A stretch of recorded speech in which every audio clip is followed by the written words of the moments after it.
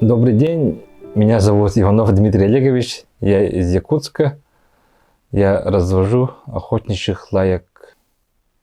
На сегодня у меня 6 собак. Это восточно-сибирский, западно-сибирский и якутская охотничья лайка. Это мой старший кобель, Бэтмен. Ему сколько лет? 7 лет ему.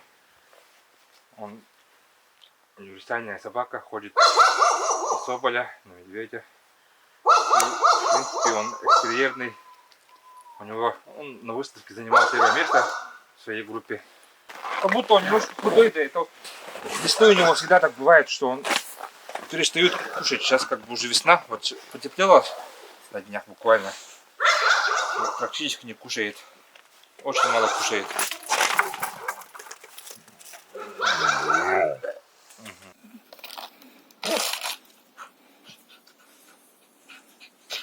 Молодец, Бэтмен, молодец.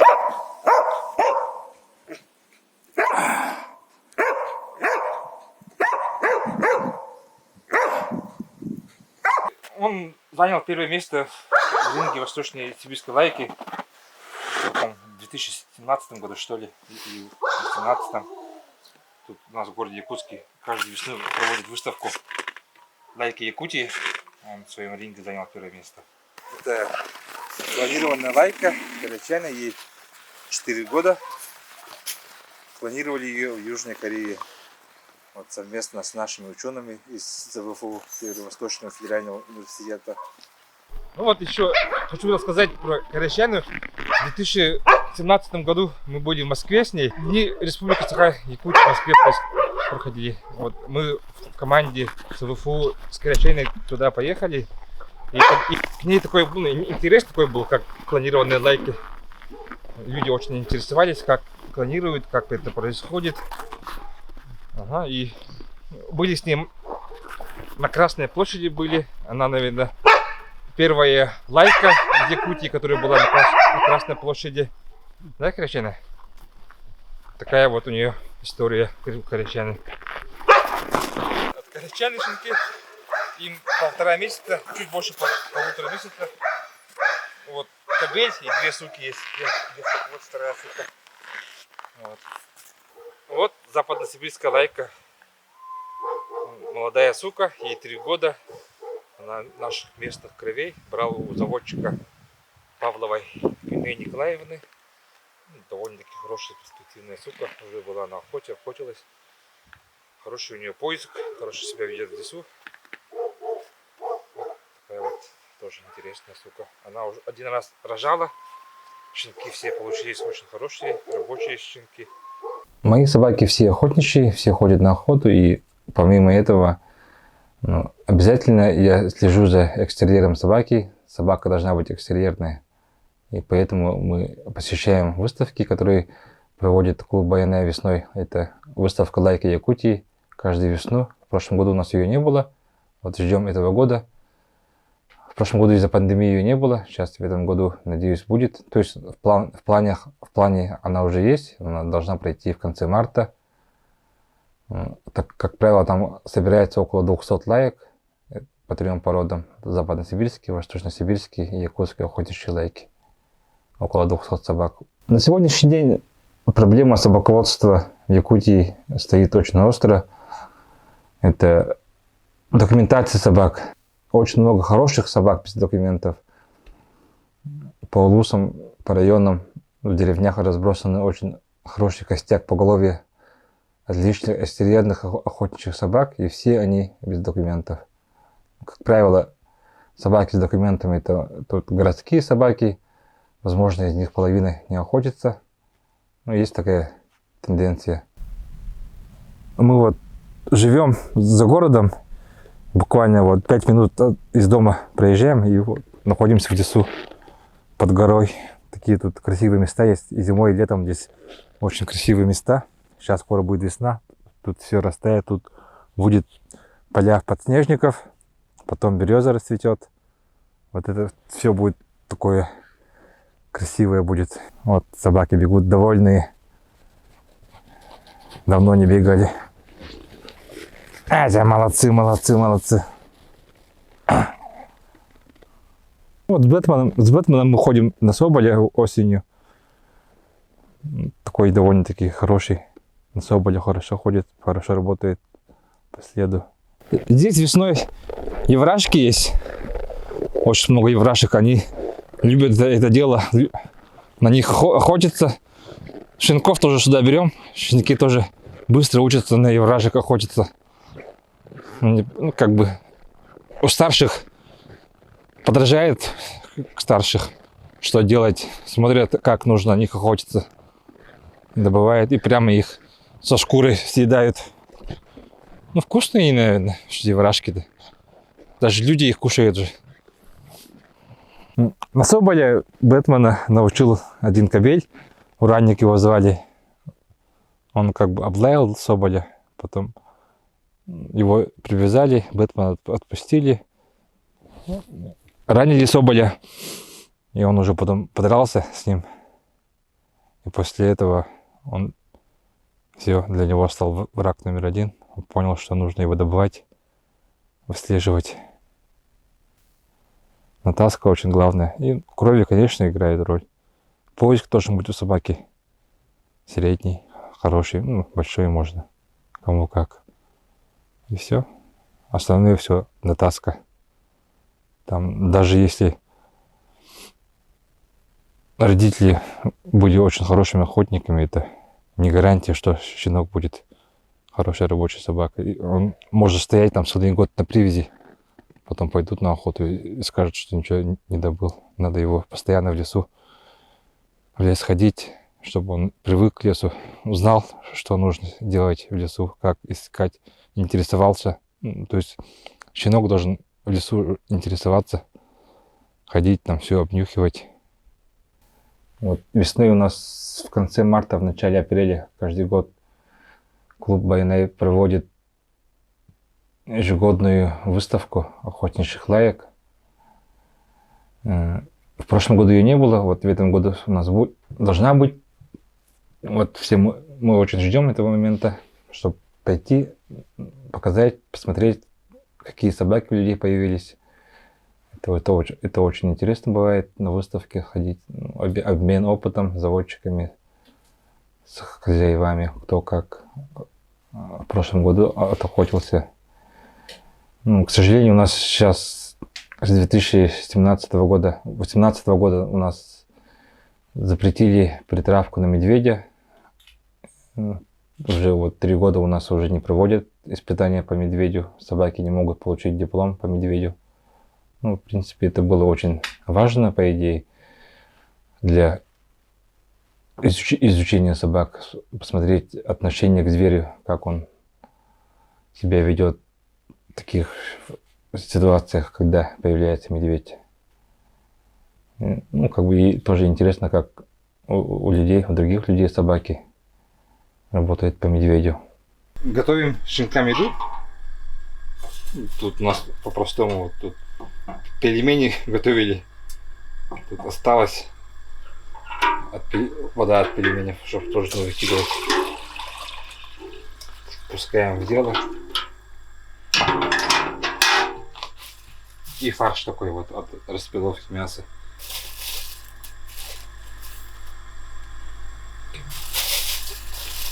И этот фарш я много им не даю.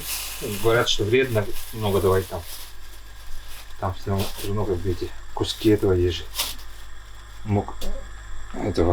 Костная мука.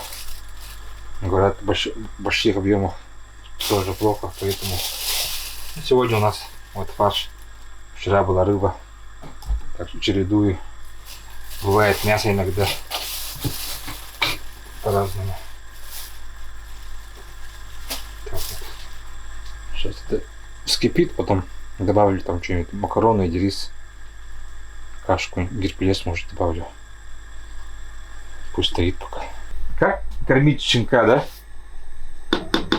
И когда нужно делать первую прикормку? Это индивидуально. Зависит от мамы, какая сука, как его кормит. Щенят. Бывает, что с 2 недель уже там молока им не хватает. Ну, от количества щенков тоже зависит. Сколько щенят. Если там в помете всего 2-3 щенка, то мама спокойно их выкормит до месяца. И не нужно будет прикармливать. Если щенков много, 7-8, то уже начиная там, с 2 недель, там, ну где-то с 20 дней, 17-18 дней уже надо смотреть по весу, сколько набирают ли щенки вес. Может, им уже не хватает еды, и уже исходя из этого добавлять прикормку. Я кефиром в первые дни, первую прикормку я кефиры даю щенкам. Совсем понемножку там, буквально там по 2 столовые ложки за один прием, утром, вечером, если получается, то днем. Ну, это в первые дни. Там буквально по дням меняется. И к 25 дням уже почти месячные щенки, им уже можно давать больше. Но это опять же индивидуально, как мама кормит. Бывает, что она нормально их выхаживает до месяца и не нужно прикормку. Так, если кто-то уже там собирается щенка взять, там ровно месяц, то в 30 дней, да, получается, то тоже плохо там взять сразу от мамы и отдать щенка, да, не умею, который еще не кушал сам, самостоятельно еще не кушал, поэтому за 2-3 дня перед тем, как отдать щенка, надо обязательно попробовать его покормить, чтобы он и кушал сам, и маму сосал. Так вот. Ситуации разные бывают. Бывает так, что щенка нужно взять там 25 дней. Берут там 25 дней. В принципе, можно взять 25 дней уже. Собаки уже кушают. Только надо их кормить много. Раз 7-8 раз в день. И понемножку. То есть, как ребенок все равно. Такой же уход. Хотя бы до 1,5 месяцев. Такой уход. 2 недели надо так. Вот щенок. 1,5 месяца ему. Через дней 10 будет 2 месяца. Я себе его оставил. По поводу, как нужно щенка выбирать. Тут как бы каждый по-своему выбирает. Там есть какие-то даже народные приметы были. Оставляет там лучших, выкидывает снег, как бы тот, кто выбрался, его берут. Мы так не делаем, сейчас уже в современном мире так не делают. Сука была моя, поэтому мне было легче. Я слежу за ними, выбираю, смотрю там их характер, кто какой, кто как себя ведет, кто первый там из будки вышел. И у этого кобеля и голова была покрасивее, поэтому он остался у меня. Главное, щенков за хвост нельзя поднимать. Это вообще страшное дело, за хвост поднимать. Хвост — это продолжение позвоночника. Можно травмировать. Не то, что можно, это вообще опасно. Нельзя так делать. Вот этот щенок немножко упитанный. Сейчас надо будет сажать их на диету. Тоже слишком перекармливать тоже плохо. Это на позвоночник. Спина может так вот стать. Сейчас они уже такие стали подвижные. Он, в принципе, сам скоро похудеет, наверное. При выборе щенка я еще смотрю на перекус. Берете так, да, и смотрите на зубы. Зубы должны быть ножницеобразные, вот такие. На пальцы рук, ног. Нет ли там у них лишних этих пальцев. У некоторых собак тут бывает лишний палец. Не то, что лишний палец, он такой ярко выраженный, да, который потом впоследствии может мешать, когда уже собака взрослая будет, там постоянно будет кровоточить. И вот эти прибылые пальцы в раннем возрасте, там, буквально в день-два, когда щенкам всего рвут, просто отрезают ножницами, когда ему еще не больно. Если потом запустить, вот в таком возрасте, допустим, да, это уже нужен будет наркоз, и там уже операция должна быть для собаки. Лучше сразу, если есть такие пальцы, отрезать, чтобы потом, когда собака уже взрослая будет, по снегу будет бегать, и это мешать будет. Вот впервые выехали в лес со щенками, и через 4 дня будет 2 месяца. Сегодня такая хорошая теплая погода, облачная. Вот щенки бегают. На метров 100 уже отходили сейчас до этого. Хорошо так ведут себя. Ну, я уже как бы за ними, получается, 2 месяца наблюдаю. И уже знаю их примерные повадки. Вот эта сука, да, серенькая, рыжая, она вот самая первая отходила от мамы. Уже в возрасте 2 недель она отходила от мамы. И сейчас она такая же, такая боевая. Ну, вот эти черные за ней бегают. Она первая идет далеко, сейчас отошла. Ну, для щенка 150 метров это уже как бы хорошо. Вот та вторая сука тоже черная. А кобель как бы... Ну он кобель, они чуть позже все равно это развивается, как и у людей тоже. Кобель много кушает, он немножко толстенький, ему и бегать тоже сложно, соответственно. Вот так они вот бегают. Вот, ну, интересно за ними сейчас так наблюдать, что они там уже как собаки, уже нюхают след, там ходят по снегу. Глубокий снег заходит, всем любопытствуются, все им интересно. Сейчас еще вот весна была бы, снега не было бы еще интереснее за ними наблюдать. Сейчас можно походить по снегу, по глубокому, их позвать. Угу. За зиму всего вот столько. Это, ну, в этом году как бы мало снега. А так, ну, чуть больше бывает, но не до колена. Ну, я имею в виду вот конкретно про Якутск. Там есть у нас, где снега очень много. Ну-ка, за мной. Каманака. Так, сейчас надо так делать.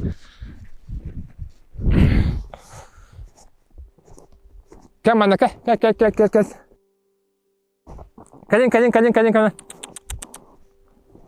Калин.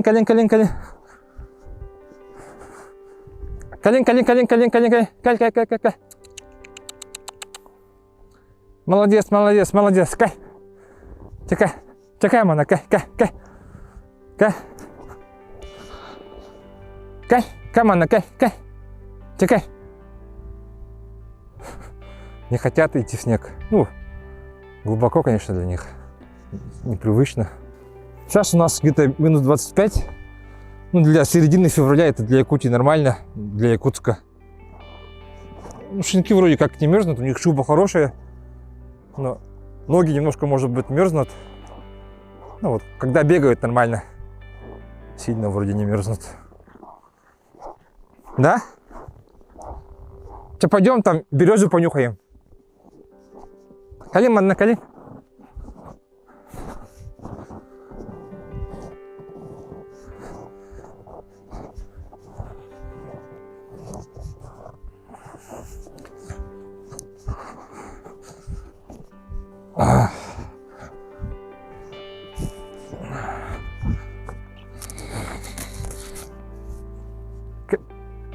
Калин.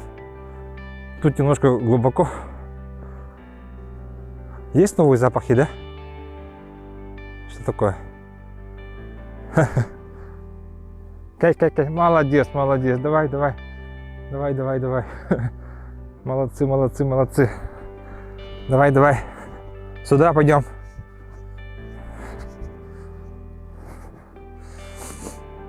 Устали, наверное. К оператору бегут собаки. Ага, давай. Молодец. Вот там мотор.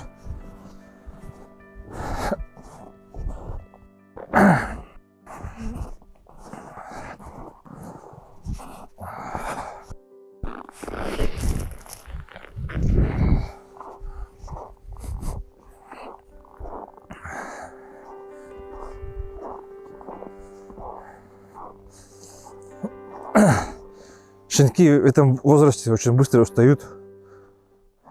Они покушали, побегали, устали, уснули, проснулись, покушали. Сейчас они уже давно не кушали, может быть, уже устали. Они давно уже бегают. Еще дома тоже на улице были, я их выпускал с гаража, бегали. Уставшие, наверное, уже. Сейчас еще такой ветерок уже, весенний ветер начался. Кардуан, так.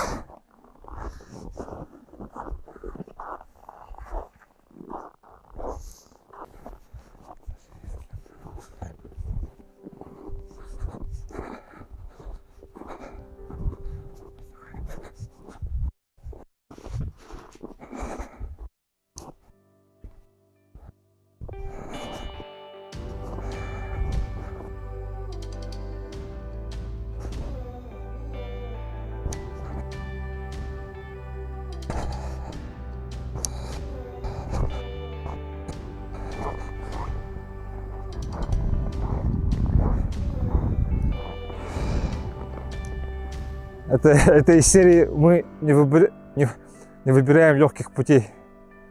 Кайма на кальте, чекай, кайма на кальте,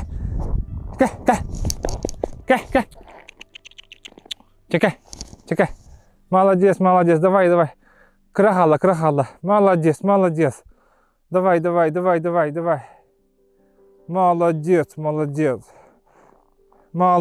Молодец. Ты давай, отряхнись от снега. Отряхнись. Молодец. Что, замерзли, да? Домой поедем? Вот многие считают, что собака должна быть только охотничьей. Экстерьер это не важно. Ну, это заблуждение. Собака обязательно должна быть экстерьерной. Обязательно должна соответствовать стандарту своей породы. Будь это западка или восточка. Вот, любой породы есть свой стандарт, и какие-то отклонения от стандарта, ну, есть там допустимые отклонения, которые считаются как недостаток, есть большие, которые порок. Это касается там лап, хвоста, туловища полностью, ну, головы, даже цвет глаз играет роль. Вот по новым правилам сейчас в разведении допускаются собаки только с полевыми дипломами. У нас их очень мало, таких собак. Вот.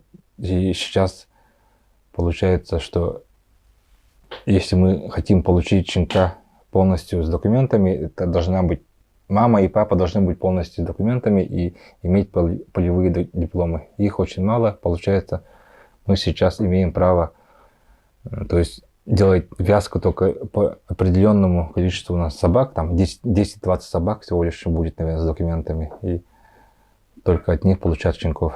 И тоже вот вопрос, да, и как быть с тем большим поголовьем собак, которые составляют основной костяк породы, да, но без документов. Их очень много.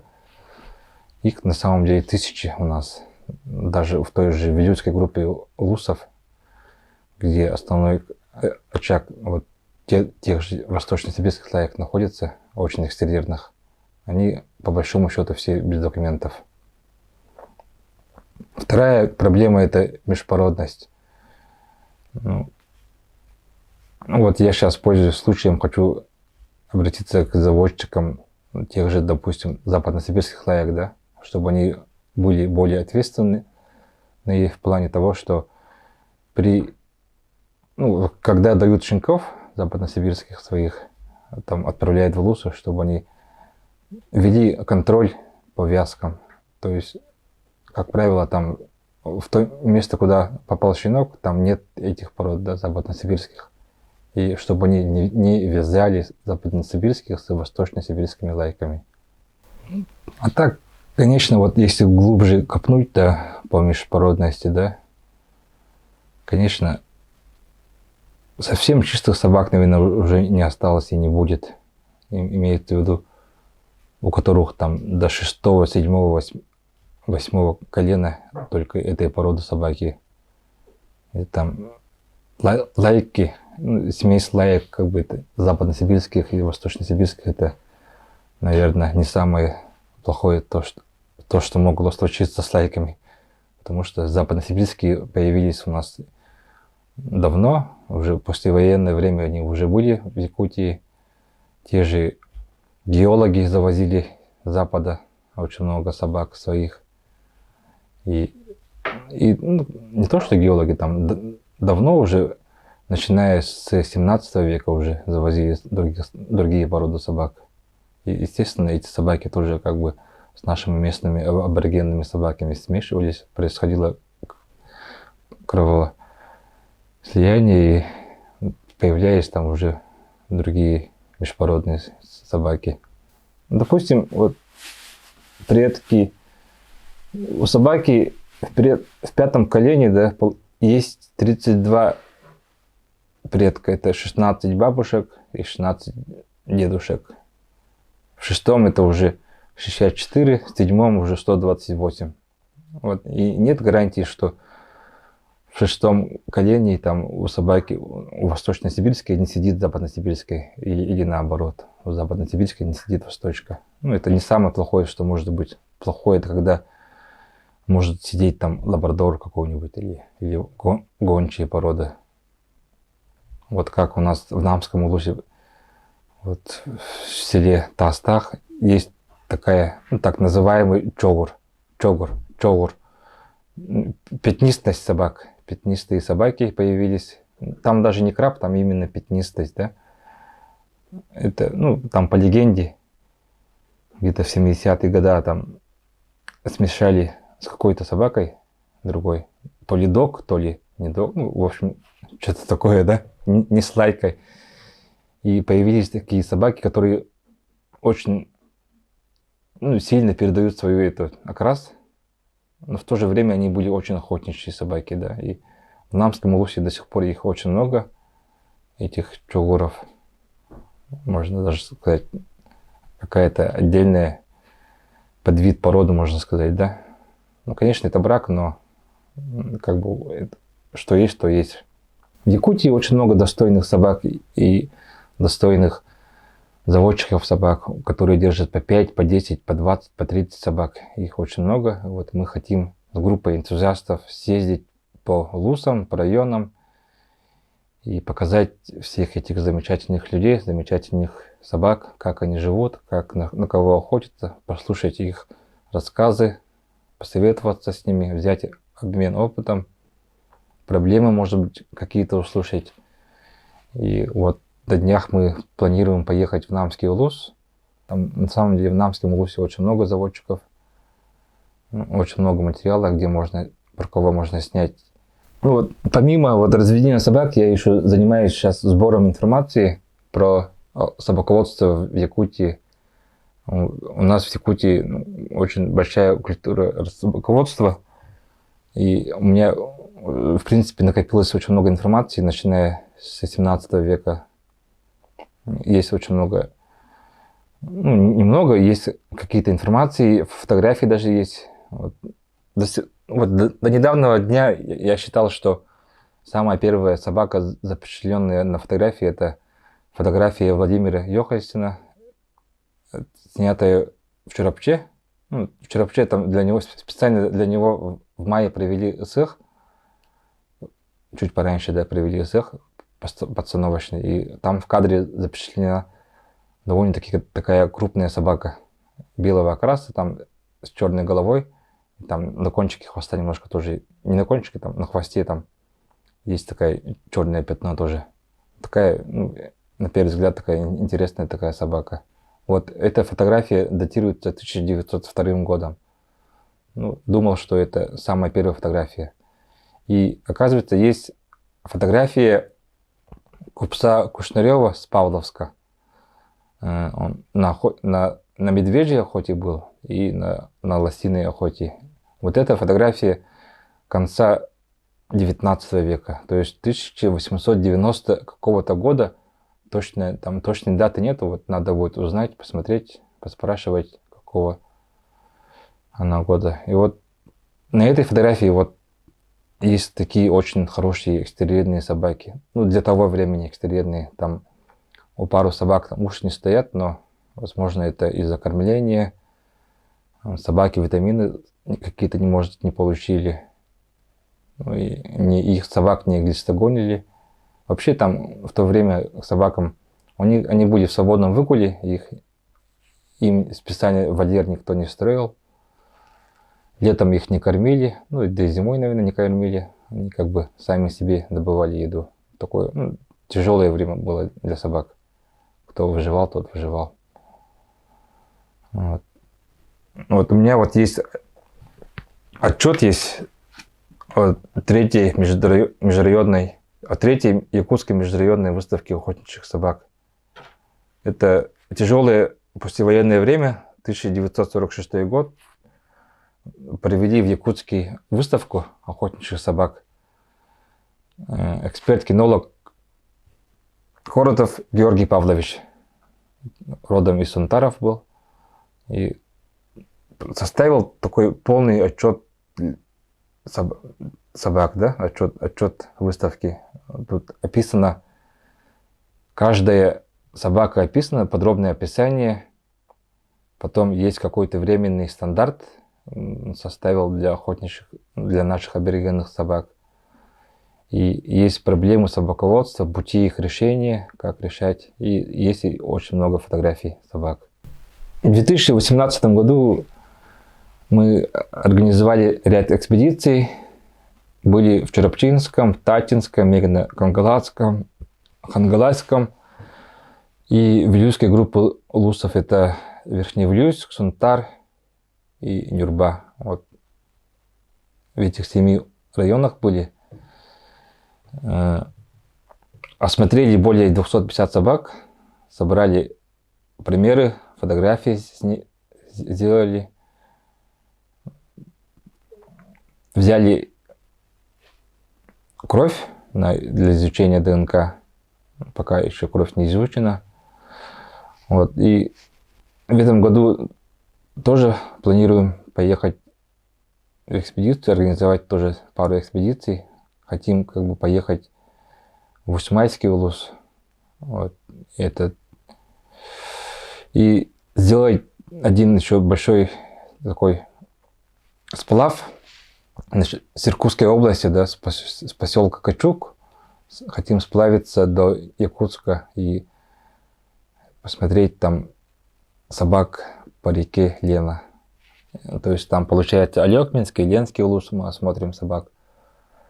Надеюсь, получится в этом году. В прошлом году мы хотели весной поехать, но с пандемией не поехали, там не получилось. В этом году обязательно должна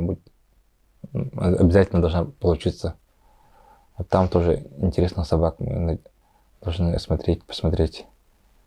Вообще, если взять из истории собаководства в Якутии, да, точно нигде не описывается, были ли собаки в древности, да. То есть они были, но пришли ли мы на территорию Якутии с собаками, или уже они здесь были, и мы их как бы взяли у тунгусов, и точной информации нигде нету. Но собаки описываются в нашем Ламхо, есть собаки, там про Хараыт описывается. В заключение хочу сказать, что собаководство в Якутии — это не только хобби, это наша культура, наша история. У нас, как отдельного народа, есть своя порода лошадей, своя порода коров и своя порода собак. Я вот хочу обратиться ко всем заводчикам, чтобы объединить все наши силы, работать в одном направлении и вывести такую нашу настоящую собаку, якутскую породу собак, чтобы мы могли гордиться своей породой собак, чтобы она осталась на века